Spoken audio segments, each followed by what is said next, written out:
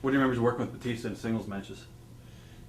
People ask me all the time, like, who I really, really enjoyed working with, and a lot of times I forget to include him, and I don't know why. Maybe just because it's been quite a while since we've worked together. He was awesome to work with, and one of those guys that like really backed me, and you know, they would come up with finishes and stuff like that where it made him look really, really super strong, and he'd be like, no, like let's elevate him a little bit, you know, like let's do something for him. I want to do something for him in this. Like I'm here already. I'm already elevated, and we would go out and have matches. We worked together for several months. You know, we had and the thing is, we just kind of got thrown together because it was supposed to be me versus Matt Hardy. I was going to go into a program with Matt, and Matt and I came up with that whole, I don't know if you remember, him and MVP had a whole thing where they were competitive with each other. Well, that was Matt and I. You know, we had come up with this big idea, and we pitched it to the writers first, and then we went and pitched it to Vince, and he didn't like it at first, and then finally I came in and they were like, they're going to pull the trigger on you and Matt. They're gonna go with it. We went to Minneapolis. Matt rolled me up. That was my first loss on SmackDown, and then we were going to go into a program together. Well, Mark Henry, I think he split his kneecap in half or something like that. He got injured, and they needed somebody. He was supposed to wrestle Batista, who was returning from injury, and Mark had been the guy that had put him out, quote unquote. And so, you know, they were supposed to have this big, like, heated, very intense match, and Batista was supposed to be taking out his aggressions. You know, Mark Henry put me out of action for 6 months on the killing now, and it turned out that Mark hurt himself. He couldn't do the match. I came to TV that week, and Vince came up and said, "You know who you're working with at the pay-per-view?" And I said, "No." He says, "You're working with Batista. You ready?" I said, "Yes, sir." And you know, just like that, I think we had one TV to sell the pay-per-view. You know, like we went out, and I remember he went to shake my hand, and I did the old, which, you know, whatever, but it is what it is. It worked. You know, yeah. And then we had the match, and I ended up getting busted open hard way very early in the match, and then I got busted open again at the end of the match. I hit my head on the post, which was crazy because I was running. Like, the thing was like, you know, it was at that period in the match where he was just supposed to get so frustrated and just start manhandling me and beating the hell out of me, and then they ring the bell because he doesn't relinquish the 5 count, and then I remember he was ramming me into the turnbuckle, and he was supposed to ram me in 3 times, and then spine buster me, and then Batista bombed me. Well, I was like running for the post, right? Just, you know, so he could just pantomime it. Well, he fucking, you know, gave me a lot, and I remember going for that post, and I was running too fast because I was already running, and then with the force of Batista, he's a strong guy.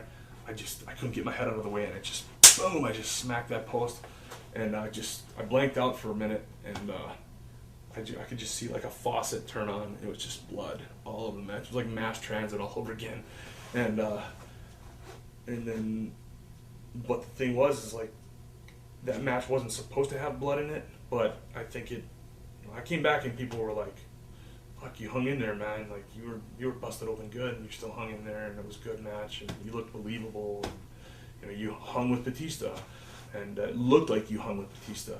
And, you know, I remember at the time thinking, like, anybody would have done that. Like, all the guys, you know, it's just the way that we are. Like, you know, you get hurt in a match, the show goes on. You know, you don't stop.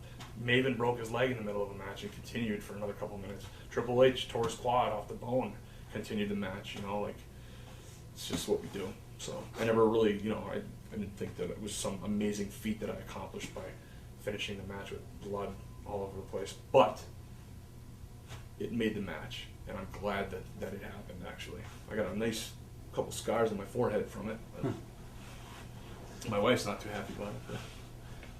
You wrestled Eddie Guerrero in his last match. Did you notice anything different about him that night at all, or was he pretty much on? No, he was on.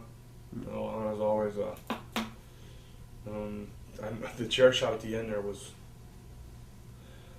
I know he was rung his bell a little bit, because I know the doc was checking him out and everything, but he had told me he's swing it, and I didn't like swing it from my ankles or anything like that. I mean, I gave him a chair shot and he didn't cover up or anything like that.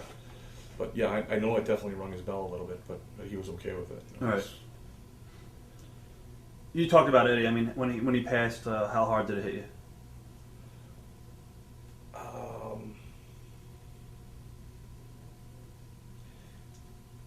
It was just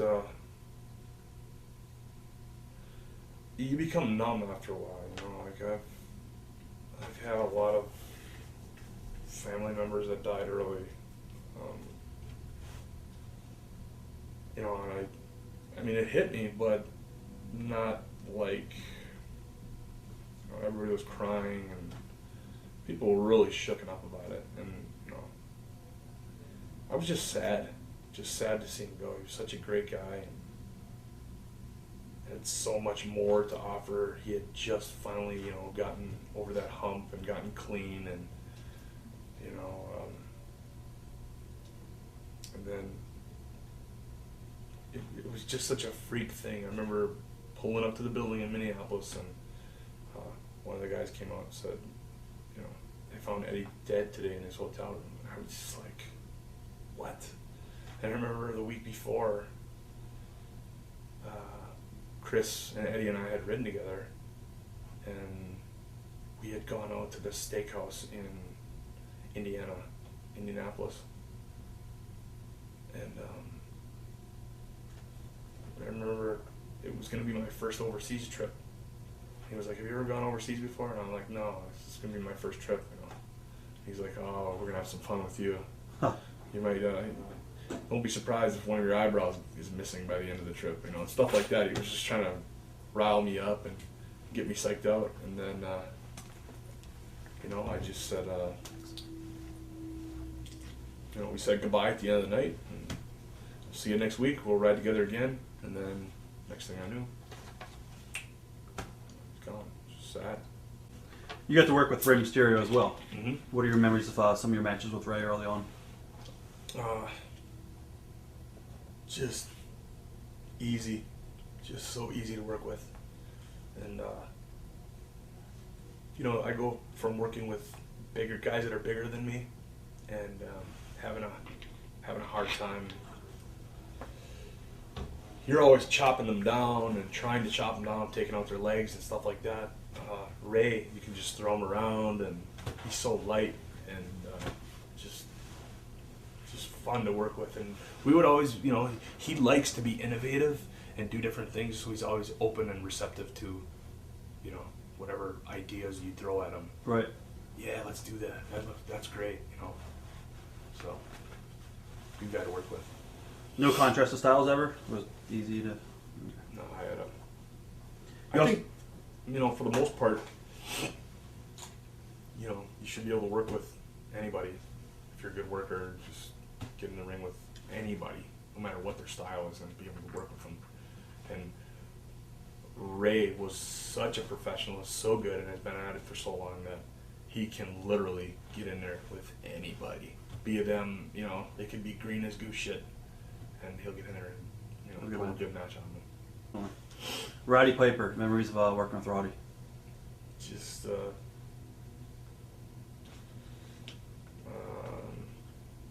other than him being another funny guy and great stories and stuff like that, just easy to work with.